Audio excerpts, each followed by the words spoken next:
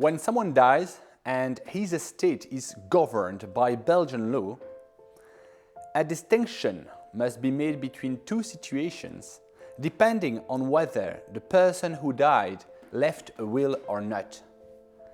If the deceased did not leave a will, it is the law that will organize the distribution of his assets among his heirs. His estate will then be distributed among his closest relatives according to their degree of proximity to the deceased.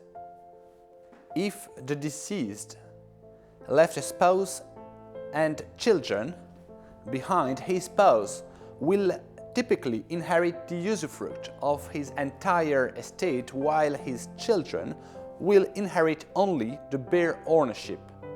If the deceased is not married, or if his spouse died before him, his estate will be divided among his children, each of whom will normally inherit an equal share in full ownership.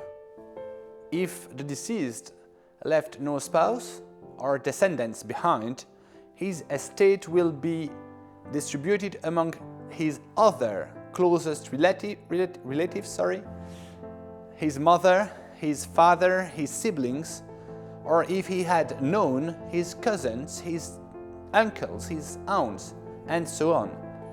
In very exceptional cases where the deceased had no close relatives, his estate may go to the Belgian state. Now let's consider the more frequent situation where the deceased drew up a will.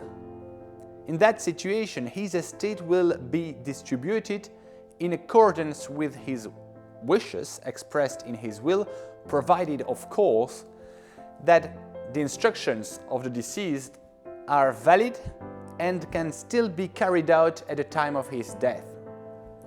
For example, if the deceased had planned in his will to bequeath his house to a charity or to his best friend, and one discovers after his death that he already sold or gave that house to someone else during his lifetime, his legacy to the charity or to his best friend will be considered as being void, as it can no longer be executed.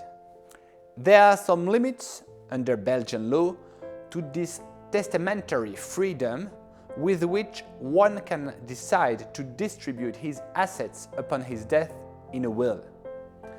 The main limit concerns the legal reserves of the surviving spouse and of his children. Belgian law always allocates a minimum share of one's estate to his spouse and to his children who succeed him.